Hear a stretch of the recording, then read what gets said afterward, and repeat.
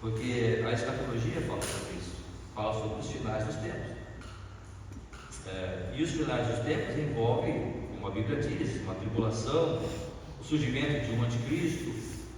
Você vai passar por isso? Qual é a sua ideia? E se você morrer antes disso? Ele disse: eu não sei. Eu pedi, posso pedir licença para usar a Bíblia dele? E aí mostrei ali alguns textos, né? 1 João 5,11, Efésios 8, que fala coisa clara, coisa que para nós parece que é chover no molhado, coisa que para nós cristãos que já conhecemos a verdade é uma coisa assim. Então é o feijão com arroz, é o ABC que todos já deveriam conhecer. Mas sabe quando você fala uma coisa e para ele parece que é algo novo, que ele nunca tinha visto, mesmo depois de séculos, mesmo depois de uma pessoa estar, já talvez possa imaginar que aquele senhor deve ter uns 60, 65 anos, e todo esse tempo da igreja, e tendo uma direção religiosa, podemos assim dizer.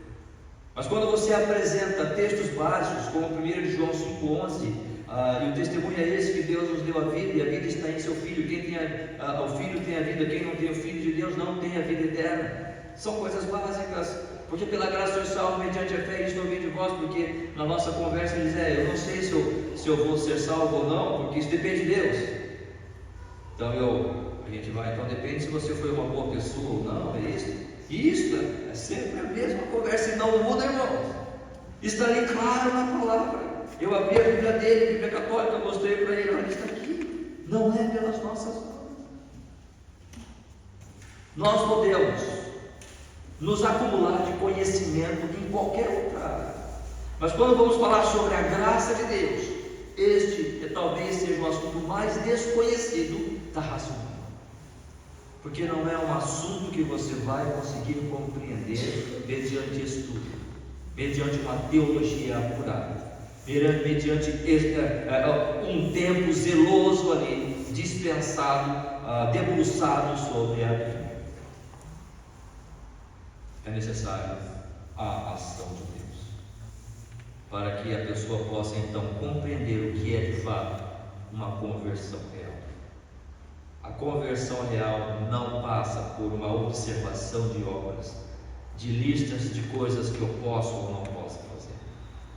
A conversão real, ela tem que ser pautada através da ação de Deus, do Espírito Santo, no coração da pessoa, para que ela possa compreender o quão perdida ela está, o quão dependente ela é de Deus. Mas aquela pessoa esquece aquela pessoa. Mas o fulano fez porque é pecador, e você também faz, e todos nós fazemos. A grande questão não está aí. A grande questão está como está a sua vida com Deus, aonde você está com relação à graça de Deus manifestada em Cristo Jesus. Que assunto desconhecido, que assunto que passa séculos e séculos, e nós continuamos insistindo em fechar os nossos olhos e ouvidos para esta verdade tão clara, tão viva da palavra de Deus. Porque toda a palavra, desde a criação até a sua terminação da história da raça humana, é uma coisa só que Deus quer mostrar: a graça dele em seu Filho Jesus. Portanto, Jonas, como nós temos conversado já,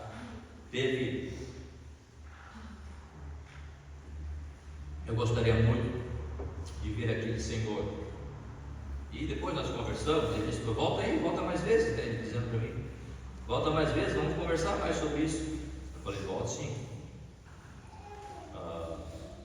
E posso trazer alguma coisa para você ler? Sim, traz aí, tal. Quem sabe? Pode trazer, vamos conversar.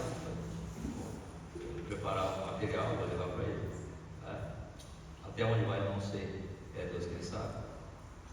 Eu queria ter tido a experiência de Jonas, e assim como ele viu aqueles ninivitas se dobrarem ao Senhor, reconhecendo o seu pecado, ver também aquele homem compreendendo que a salvação é somente em Deus, e deixando de lado todas essas ideias que nós criamos de que a salvação depende de alguma coisa que eu faça.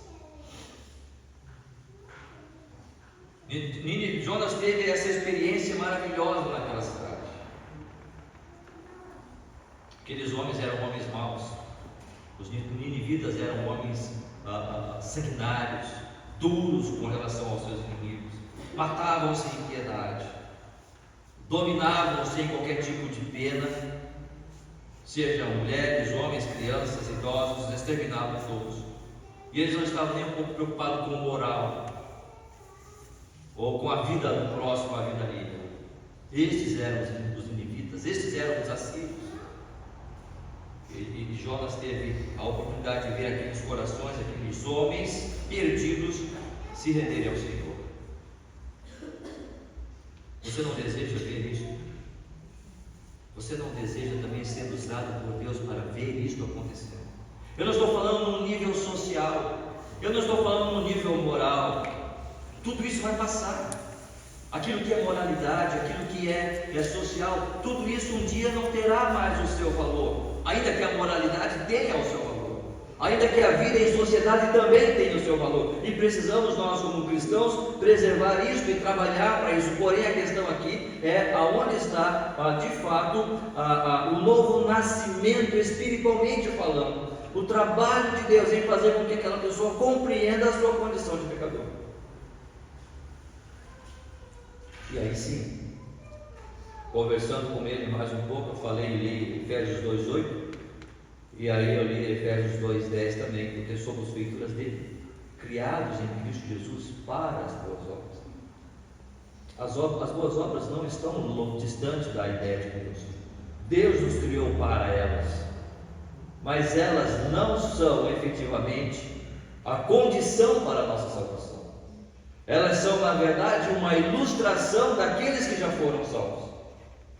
As boas obras não são as condições que eu preciso manifestar para Deus me aceitar. Não. Mas se Deus me aceitou, é claro que as boas obras devem ser manifestadas na minha vida. E aqui é onde nós vamos perceber, além desse privilégio que Jonas teve de ver esses homens convertidos, ele viu os sinais de uma conversão real. Aonde está? Quais são os sinais de uma real conversão? Porque talvez se nós formos pensar no nível humano, o que nós vemos é uma perfeição, ou desejamos uma perfeição.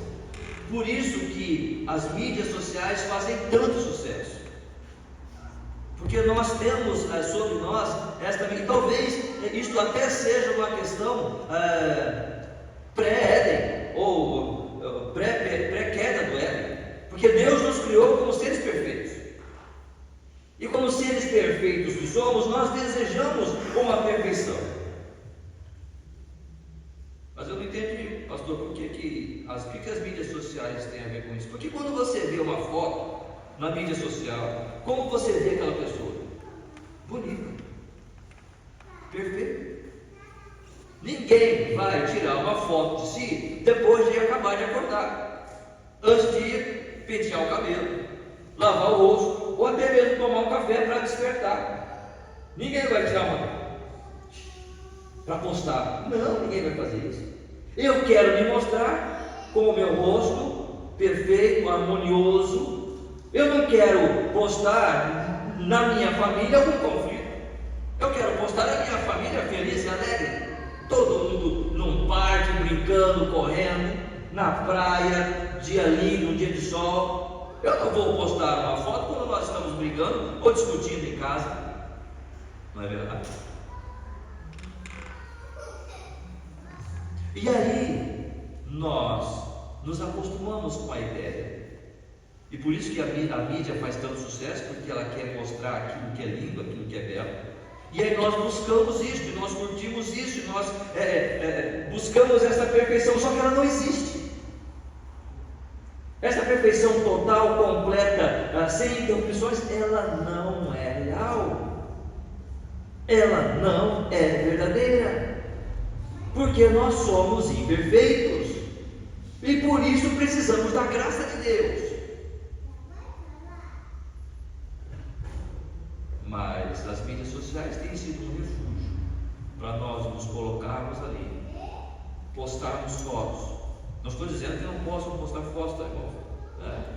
Há um tempo eu falei sobre postagem, né? E não há nenhum problema de postar, né? Eu não vou postar muitas coisas no grupo da igreja, vocês não vão me ver, mas se os irmãos querem postar, postem, comentem, conversem, está tudo tranquilo.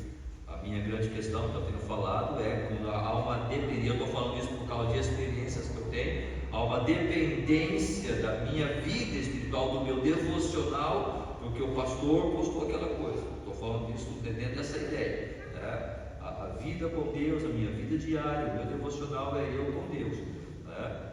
Mas eu não tenho nada contra postar, né, uma foto, uma conversa no grupo, não tem problema nenhum. Mas a coisa que eu quero falar é exatamente sobre, é claro que nós podemos postar um momento alegre, uma reunião em família, estamos ali almoçando, estamos felizes, isso é bem gostoso, é poderoso isso para nós, né? Mas nós não podemos esquecer do fato de que nós necessitamos a cada dia da graça do Senhor. E a primeira coisa que nós vamos ver como sinal de uma conversão real é exatamente isso: o reconhecimento da nossa fragilidade. Vamos ler Jonas capítulo 3, do verso 5 ao verso 10.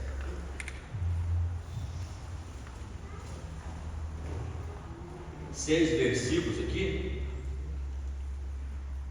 Eu vou ler, os irmãos acompanhem, por favor. Os ninivitas creram em Deus e proclamaram um jejum e vestiram-se de panos de saco, desde o maior até o menor. Chegou esta notícia ao rei de Nínive, e ele se levantou do seu trono, tirou de si as vestes reais, cobriu-se de panos de saco e assentou sobre as cinzas. E fez-se proclamar e divulgar em Nínive, por mandado do rei e de seus grandes: nem homens, nem animais, nem bois, nem ovelhas, provem coisa alguma, nem os levem ao pasto, nem bebam água, mas sejam cobertos de pano de saco, tanto os homens como os animais, e clamarão fortemente a Deus, e se converterão cada um ao seu caminho, do seu mau caminho, e da violência que há nas suas mãos. Quem sabe se voltará a Deus, e se arrependerá, e se apartará do furor da sua ira, de sorte que não pereçamos. Viu Deus o que fizeram, como se converteram do seu mau caminho, e Deus se arrependeu do mal que tinha dito que faria, e não o fez. Irmãos, nós temos aqui como temos falado, uma experiência maravilhosa. E percebam, lembram de 1 Reis 18?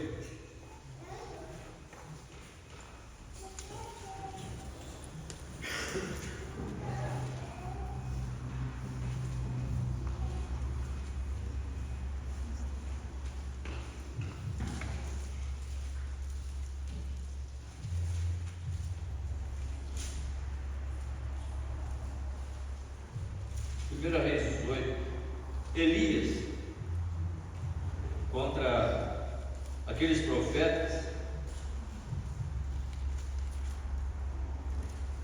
ali no Monte Carmelo.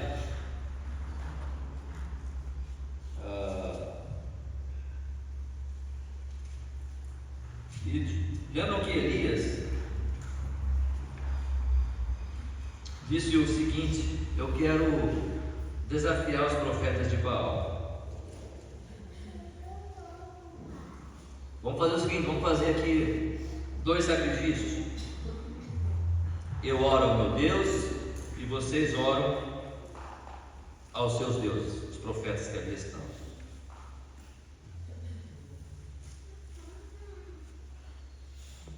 E vocês ofereçam o seu sacrifício, ou seja, faça aí o culto de vocês.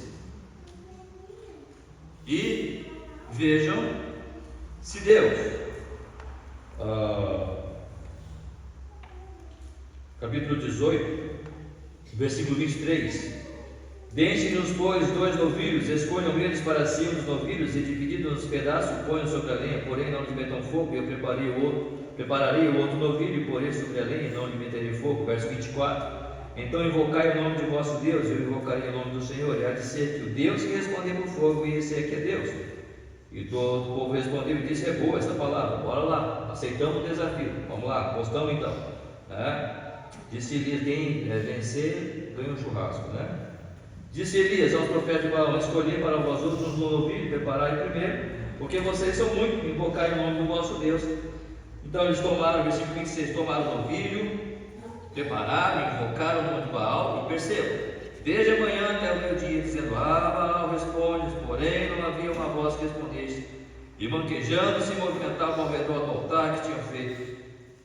E ao meio-dia Elias zombava deles, clamar e tal: onde é que está o vosso Deus? E versículo 28, e eles clamavam em vozes altas e se retalhavam com facas e com lancetas, segundo o seu costume, até derramarem sangue. E passou o meio-dia, profetizaram eles, não houve voz nenhuma. Eles pularam, eles dançaram, se retalharam, deram pirueta, gritaram, falaram em línguas, e pererei, profetizaram, e não aconteceu nada.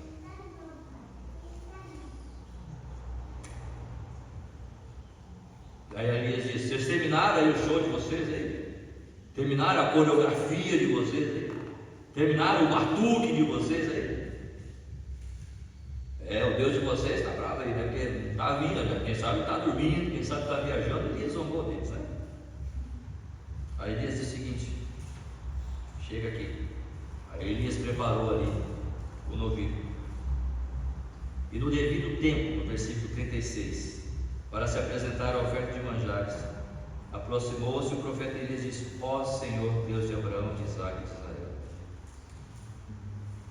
fique hoje sabido que tu és Deus em Israel, e que eu sou teu servo, e que segundo a tua palavra fiz todas estas coisas.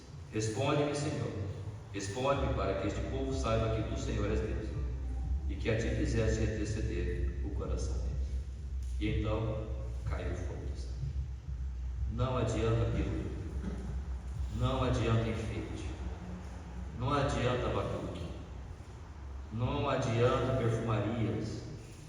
É uma vida com o Senhor, é tão somente uma vida contrita com Deus, uma vida com obediência. E aí o Senhor responde. Perceba, irmãos, que Jonas, ele simplesmente saiu por aquela cidade e pregou o Evangelho. Pregou a palavra do Senhor. Lembra que nós falamos semana passada dentro da experiência dele? Aquelas pessoas olhavam para Jonas, viram aquele homem afetado, marcado pelo fato de ter passado 3 dias e 3 noites dentro do peixe.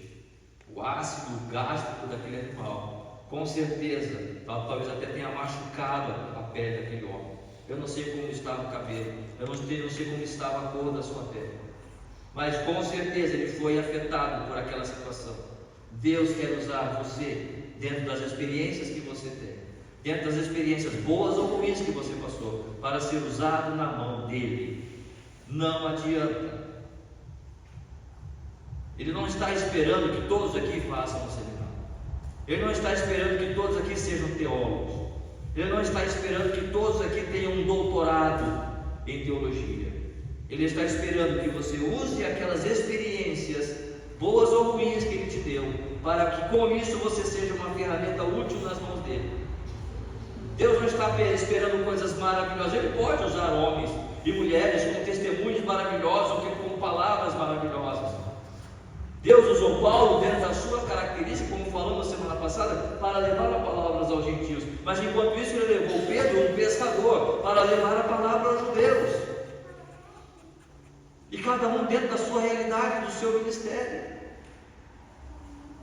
Mas é isto que Deus espera do seu mensageiro, como falamos, não sendo repetitivo aqui a semana passada, mas é isso que Deus espera dos seus mensageiros, na transmissão da mensagem. Mas com relação ao resultado que isto vai dar, isso jaz com o Senhor, isso jaz com o Espírito Santo, porque é Ele quem convence. Convence-nos do pecado, da justiça e do juízo, como a palavra do Senhor nos ensina. E quando nós fazemos isso, só podemos contar com o Senhor, com sua graça e com o seu poder para transformar corações. E percebam que nós vemos aqui, irmãos, os ninivitas, e é o primeiro sinal de uma conversão real. Eles proclamaram o jejum e vestiram-se de panos de saco. Irmãos, o que significa significa vestir-se de pano de saco? É compreender a minha indignidade. Quantas vezes nós temos orado aí por situações difíceis, dos seus parentes, irmãos, amigos, que muitas vezes passam por dificuldades. E por que acontecem essas dificuldades? Por que Deus permite essas dificuldades? Exatamente para nós percebermos o quão débeis somos. Paulo vai dizer isso, porque quando sou fraco, aí é que sou forte. Ele dá graças a Deus por aquele espinho na carne, porque aquele espinho na carne que ele narra ali, fazia ele compreender o quanto ele necessitava e dependia do Senhor. Quando nós passamos a orgulhar-nos nas nossas capacidades de sabedoria, nós nos esquecemos de Deus. Nós entendemos que sim, não, eu posso ter aquela coisa, eu posso adquirir aquele negócio, eu posso fazer tal coisa, eu posso executar tal plano, porque eu sou bom, eu tenho condições. Mas quando Deus cancela tudo isso, quando Deus fecha essas portas, nós temos que parar e dizer: não, Senhor, eu estou indo por um caminho errado. E aí então eu tenho que me vestir de saco, tirar essa roupa bonita, tirar essas roupas coloridas que nos tornam charmosos, e vestirmos-nos de pano de saco, e sentarmos-nos sobre a cinza e dizer: Senhor, me perdoa. Tudo que eu tenho nada é, tudo que eu tenho vem de Ti, porque o Senhor foi o Senhor mesmo que. A primeira manifestação de vestir-se de saco vem quando Jacó recebe a notícia de que ele tinha perdido José, de que José tinha morrido, entendendo ele que um animal veio e matou o seu filho. E então ele se despe ali e ele se veste de pano de saco, por causa da tristeza que ele estava sentindo, a aflição que estava no seu interior. É isso que está demonstrando aqui os ninivitas, esta condição de realmente perceber a sua indignidade. Jó também, quando percebeu que perdeu todas as coisas, seus filhos, seus bens, seus empregados, tudo que ele tinha, diz a palavra em Jó capítulo 2, versículo 8, que ele sentou-se sobre a cinza e vestiu-se de pano de saco. Eram panos rotos, sujos, sem graça, sem vida. Não essas roupas coloridas e bonitas que nos tornam elegantes, como temos falado. Irmãos, nós podemos conhecer o caminho do Senhor, ou perdão, a palavra do Senhor nos faz conhecer os caminhos do Senhor. Mas preste atenção lá em Provérbios capítulo 14, versículo 12. Provérbios 14, 12.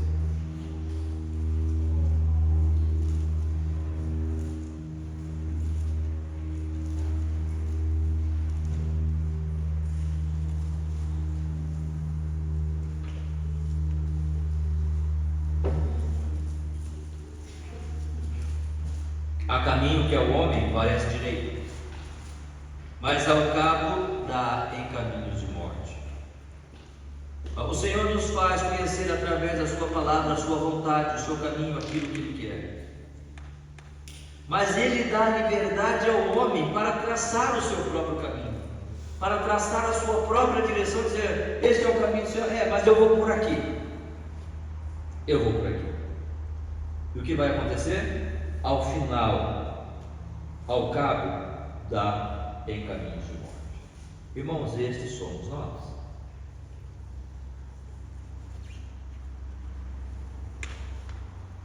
Estes somos nós. Nós sabemos o que Deus quer. Está escrito na sua palavra. Porque pela graça sois salvos, por meio da fé. Isso não vem de vós, é dom de Deus, não de obras, para que ninguém se glorie. Está claro. Eu sou o caminho, a verdade e a vida. Ninguém vem ao Pai se não for por mim. Está claro isso. Já deveríamos saber de cor salteado. Como diz um dos nossos poetas, dos anos 80, a lição sabemos de cor, só nos resta aprender. Nós podemos saber isso. Podemos conhecer as palavras que envolvem esta ideia, mas não sabemos efetivamente a aplicação dela em nossas vidas. O caminho do Senhor está ali, mas quando nós vemos, estamos indo para outra direção. O caminho das obras, o caminho do eu faço o que eu quero, o caminho do eu faço porque me dá prazer, eu faço porque é assim que eu entendo que tem que ser. E vai dar onde? Em caminhos de morte. Não tem outra condição, não tem outro resultado. E é o que acontece. Temos que olhar para isso. Senhor, eu estou indo para um caminho errado e tenho que parar, sentar sobre a cinza, vestir-me de saco, para que Deus me coloque de novo na rota correta. Só que para isso é necessário que haja em nós esta condição de percebermos que nós precisamos fazer isso. Salmo 51, 17, para que o Senhor possa responder. Salmo 51, 17.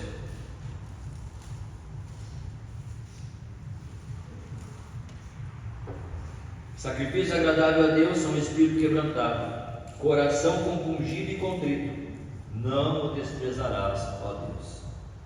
O salmista está dizendo aqui o seguinte: qual é a primeira manifestação de alguém que está indo por um caminho errado? Sabendo que aquele caminho não é o caminho correto, ele percebeu esta verdade e agora ele quer retornar.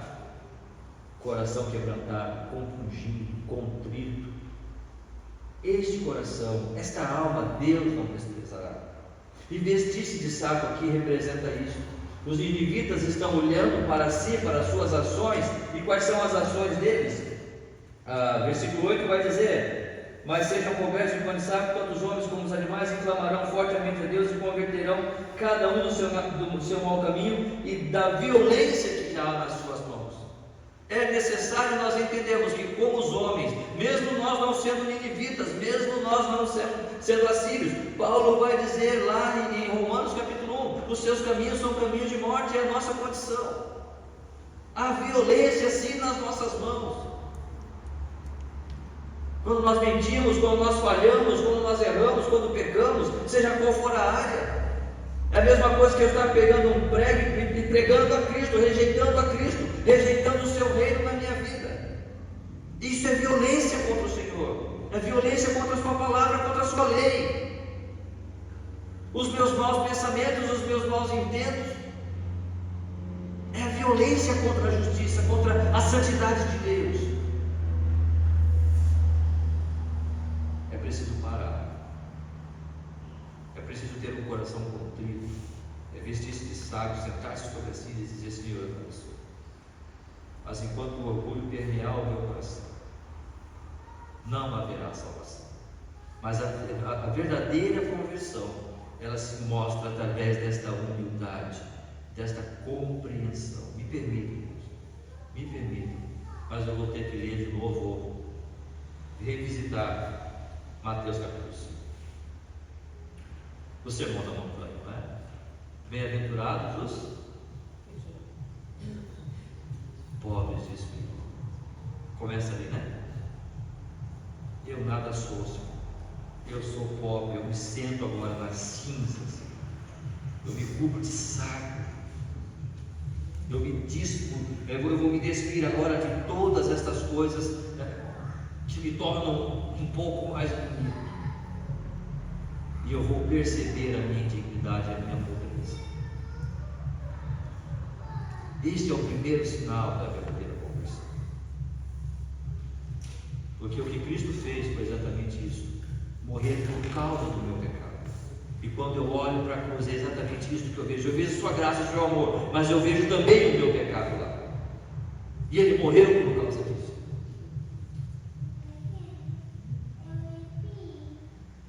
E o Senhor conhece os nossos corações. Ele sabe, nada fica encoberto. Eu posso vir à igreja, eu posso estar falando para vocês aqui, eu posso tocar na igreja, eu posso ajudar no trabalho para a sala, seja lá o que eu possa estar fazendo, mas Deus conhece efetivamente o meu coração, aonde Ele está e o que eu estou fazendo. Portanto, a primeira manifestação, irmãos, de uma real conversão é o fato de que eu vou manifestar que eu não posso. Não são as minhas obras, não é o meu poder, mas é a graça de Deus. E eu estou sentindo o peso do meu pecado sobre mim.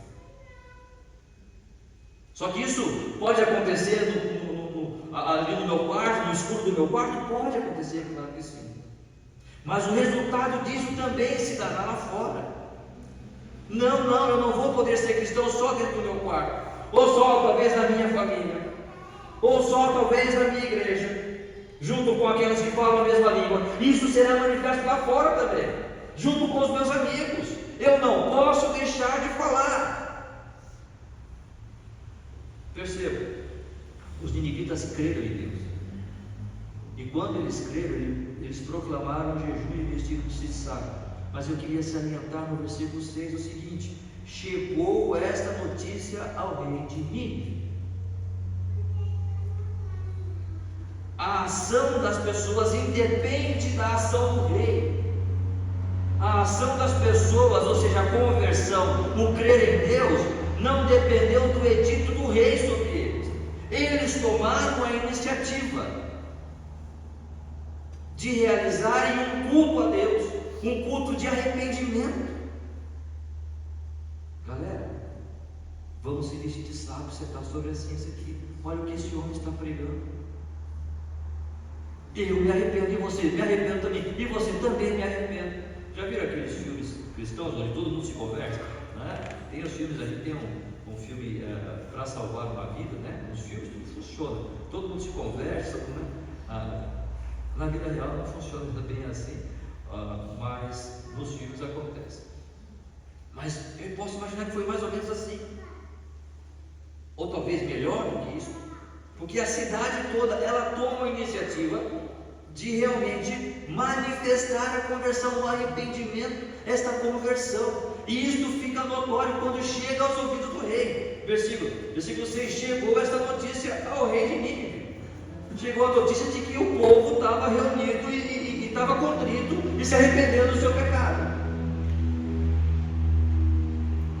Irmãos, não é possível haver uma conversão, eu dizer que eu creio em Deus, que eu criei em Cristo, que eu entendi a mensagem do Evangelho, mas eu não consigo falar isso para os meus amigos. Lembram da mulher samaritana? Talvez é lugar comum falar sobre ela dentro desse sentido. Jesus estava com ela no poço conversando, os seus discípulos: ô senhora, ei, fica quieta aí, vai lá pegar um negócio, eu vou conversar com ela aqui. E Jesus começou a conversar, evangelizou, ela se converteu. Primeira coisa que aquela mulher fez foi falar para os seus amigos e vizinhos. E muitos creram através do testemunho. É impossível, irmão. É impossível. Eu sei que alguns têm mais condições ou têm mais facilidade de falar do Evangelho do que outros, mas nós não podemos dizer que cremos em Deus se nós não estivermos efetivamente, de alguma forma, em maior ou em menor grau, testemunhando de Cristo para aquelas pessoas, e as pessoas estão percebendo. Você acha que o rei não sabia que aquele povo também era um povo pecador? O rei estava ali: o que vocês estão fazendo aí? Se contar, para com isso. Primeiro que eles não estavam nem preocupados com o que o rei estava pensando, eles simplesmente tomaram uma posição. Mas o rei, quando ouviu, ele também toma a mesma posição. Tudo isso é ação do Espírito Santo. Ele toma a mesma decisão.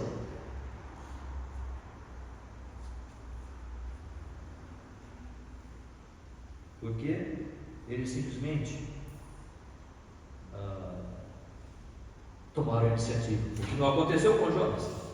Lembra de Jonas no navio? Olha, o culpado aqui sou eu, mas se vocês me pegarem e me jogarem no mar, ô Jonas, seria melhor se você mesmo se jogasse no mar. Mas Jonas não se jogou. Eu quero morrer, mas vocês têm que pegar e têm que me jogar. Até disso eu quero ficar isento da culpa. Então os marinheiros pegaram, levantaram e jogaram ele no mar. Nem essa iniciativa Jonas teve, mas esse povo teve a iniciativa de proclamar o jejum e mostrar evidentemente esta conversão e essa transformação que aconteceu na vida deles. E para seguir, portanto, o primeiro sinal é o reconhecimento da nossa fragilidade, com oração compungido, contrito, quebrado diante do Senhor. Segundo, isso vai ser manifestado, não só na minha vida pessoal em particular, no meu quarto ali, mas isso vai ser manifestado externamente. As pessoas vão saber disso.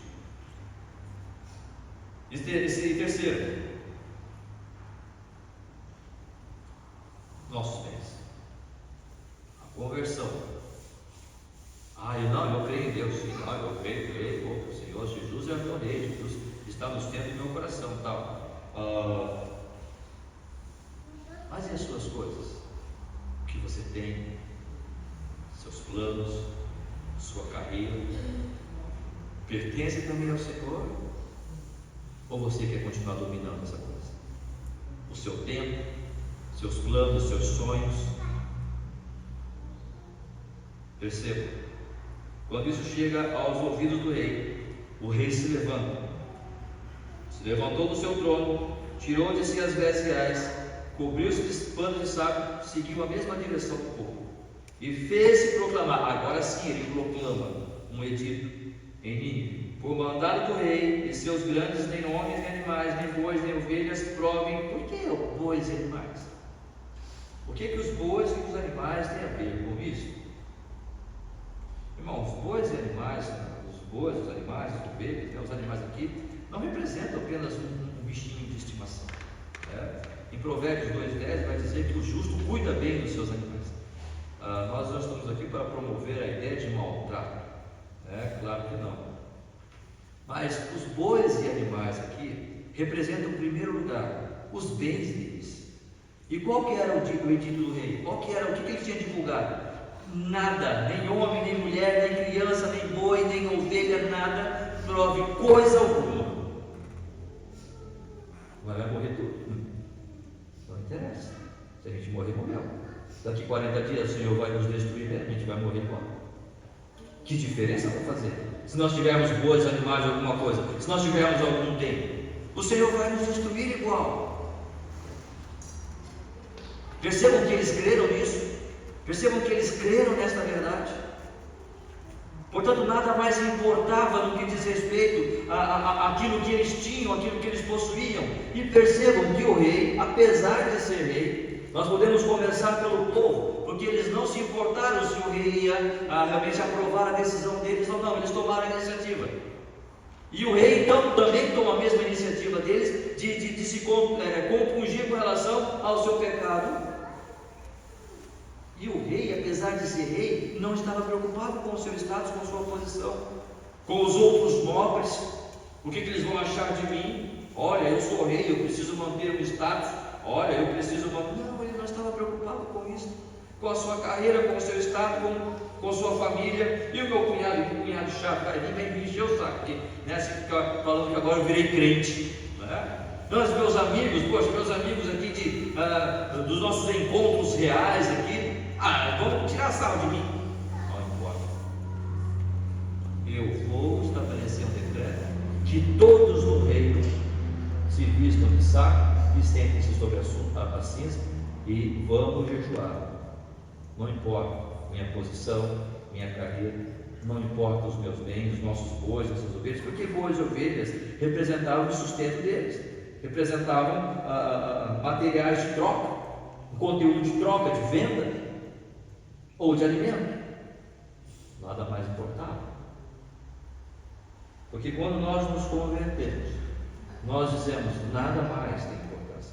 Eu não estou aqui falando que nós agora podemos sair vendendo as nossas casas, e que eu não quero mais adquirir um carro melhor. Não estou falando isso. Eu estou dizendo que são essas coisas não vão dirigir a nossa vida. Eu estou dizendo que quando eu me encontro, tenho um encontro com o Senhor Jesus Cristo, o que me importa é buscar as coisas lá do alto, não as que são aqui da terra. É isso que move a minha vida. E se eu perder o meu carro, se eu perder a minha casa, como nós vamos cantar, por exemplo, no hino Castelo Forte, se tem que perder os filhos, bens, mulheres, embora a vida vá, por nós Jesus está, e dar-nos a seu reino. A verdadeira conversão não se importa com coisas materiais, mas sim, irmãos, com o fato de estar diante do Senhor e cumprir a sua vontade e agradar a Deus. Portanto, primeira manifestação, o reconhecimento da nossa fragilidade. Segunda, vai ficar notório isso entre nós, família, amigos, essa nossa conversão, essa nossa decisão. E terceiro, tudo que envolve a nossa vida, nossos bens, carreiras, planos, tudo nós vamos entregar ao Senhor. Nós vamos entregar a Ele. para que Ele seja Senhor. Não adianta dizer que Ele é Senhor do meu coração, mas o seu tempo, quanto do seu tempo você está gastando com Ele? Eu ouço coisas vagas muitas vezes. Não, pastor, esses dias eu ouvi, meu tempo é quando eu sento ali, junto no meu teclado, fico ali. Irmãos, conversa furada, papo para boi dormir, né? O meu tempo é com o Senhor, sim, uma leitura da palavra, um tempo de oração, sim, um tempo que eu separo para estar na igreja. Mas já vai falar de igreja, mas tem que falar de igreja, porque esta é a manifestação prática. O reino de Deus aqui na terra é a igreja. Não há outra coisa. Edificarei a minha igreja, e as portas do inferno não prevalecerão contra ela. E Cristo, quando foi assunto aos céus, o Espírito Santo desceu sobre aquelas pessoas. Lá em Pentecoste era a igreja, 120 pessoas reunidas ali naquela casa, naquele lugar. Não me venha falar que a igreja não tem valor e que você não precisa estar na igreja. Conversa para boi dormir. Isso é Satanás falando no seu coração. São os demônios falando para você que você deve se afastar de Deus. E se você acredita nisso, olhe para a sua vida com relação a Deus. Você precisa de Deus, você precisa de Cristo no seu coração. Se você está ouvindo a ideia de que eu não preciso, nós não precisamos separar tempo para Deus, realizar um ministério para o Senhor, preste atenção, Cristo vai voltar. Assim como Jonas pregou, ainda 40 dias e Nínive será subvertido. A pregação é a mesma. Um dia, se daqui 40 dias, um ano, 2 anos, eu não sei, mas um dia Cristo vai voltar. É claro que eu não estou estabelecendo uma vida cristã baseada nessas 4 paredes, mas qual é o seu desejo? Se manifestará aqui, nesse lugar, ou aqui, ou naquela outra, eu não sei, mas se manifestará no desejo, sim, de servir ao Senhor em algum ministério que Ele tem para você. Não, pastor, então eu fico no meu teclado tocando ali, e ali eu fico, e ali conversa fora. Eu quero ver você aqui. Eu quero ver você levantar de manhã, neste frio, lavar o seu rosto, né? Porque é difícil lavar o rosto, pastor, um dia dele, né? Mas a gente vê igual, porque eu amo a Cristo. Não é essa conversa furada de que eu amo, mas eu vou ficar dormindo mais um pouco.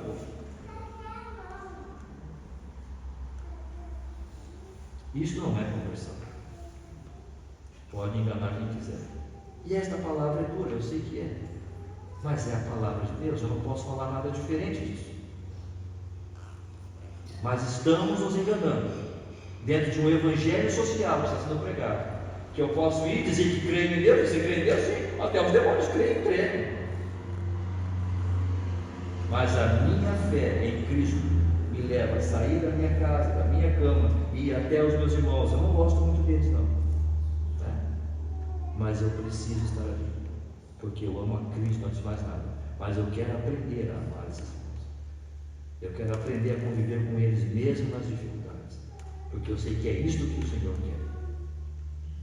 Não me fale em conversão em Deus se a igreja não estiver envolvida. Não existe, porque foi Cristo que edificou. Meus bens, minha carreira pertencem ao Senhor. Este é o terceiro sinal de uma conversão. E o quarto sinal é confessar. Eu confesso sim que eu sou pecador, confesso sim que sou fraco, confesso sim que preciso de Cristo. Se confessarmos os nossos pecados, Ele é fiel e justo para nos purificar do pecado, nos perdoar os pecados e nos purificar de toda injustiça. Portanto, irmãos, quando falamos, quando confessamos, estamos manifestando com os nossos lábios, não é só uma vez, mas constantemente, estando aqui, conversando. Por isso que, como eu falei no início, tem versículos para nós, parece o feijão com arroz, parece, não é tanto repetitivo, né? Mas tão repetitivo, mas é o que nós cremos. Nós não precisamos de coisas novas e maravilhosas. Cristo nos basta, a sua graça nos basta. Estivermos aqui, porque lá no céu será isso eternamente ali.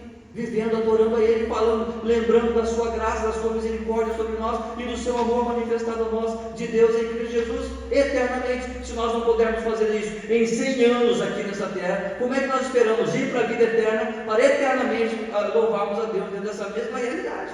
Se você, se eu não tenho prazer de falar de Cristo aqui, não espere ir para o céu, porque lá você vai estar eternamente, se é que vai estar eternamente louvando e adorando a Ele. Não tem lógica.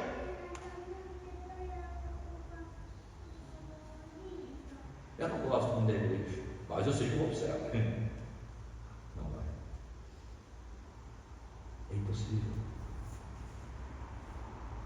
Porque a conversão envolve o que o confessar o que nós somos e confessar diante de Deus o que fazemos e confessar uns para os outros que precisamos do Senhor e orarmos uns pelos outros, aconselharmos uns aos outros. Essa é a realidade. Versículo 8, nós já lemos, mas vamos ler. E se converterão e clamarão fortemente a Deus, se converterão cada um do seu mau caminho. Que mau caminho? Da violência que há nas suas mãos. Versículo 9. Quem sabe se voltará a Deus e se arrependerá e se apartará do furor da sua ira, de sorte que não pereçamos. Quem sabe? Eles tinham dúvida, porque a graça do Evangelho não era real, patente para aqueles dias, mas para nós hoje é. Não é quem sabe. Se você confessar o seu pecado, se você confessar que Cristo é Senhor da sua vida e crer que Deus o ressuscitou dos mortos, você será salvo. Ele perdoará o seu pecado e purificará de todas as suas iniquidades. E o testemunho é esse, que Deus nos deu a vida, e a vida está no seu Filho. Quem não tem o Filho não tem a vida. Quem tem o Filho de Deus, esse tem a vida. São verdades que nós sabemos e conhecemos.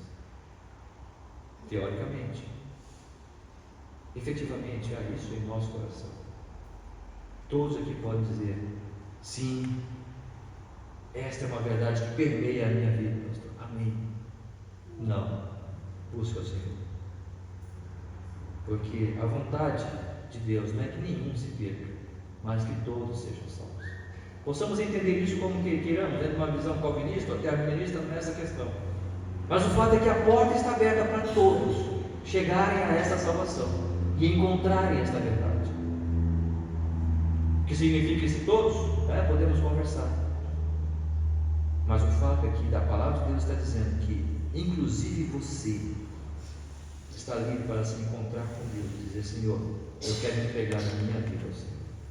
E neste momento, eu quero fazer de Cristo o Senhor da minha vida.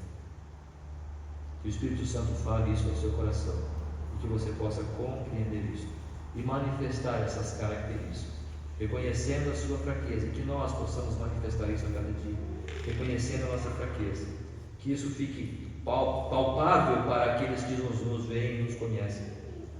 Que toda a nossa vida, nossos bens, nosso tempo, nós possamos prestar como culto e adoração a Deus e confessarmos isso, confessarmos o que somos e quanto nós precisamos.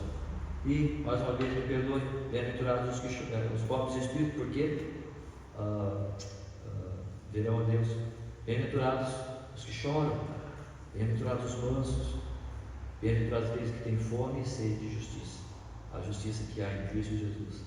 E assim possamos estar certos de que Deus nos salvou e Deus já tem um lugar preparado lá nos céus. Infelizmente, tem muitas pessoas que têm dúvidas. Eu não sei se eu morrer hoje, eu não sei o que vai ser da minha vida. Você não precisa, ninguém precisa dessa dúvida. Precisamos simplesmente crer na palavra do Senhor, tomar posse dela, dizer: Senhor, eu te agradeço por isso, transforma a minha vida. São sinais de uma verdadeira conversão. Que o Senhor nos abençoe. Vamos nos levantar, irmãos, vamos ficar em pé mais uma vez e vamos louvar ao Senhor. Mais uma vez cantando o hino, logo mais nós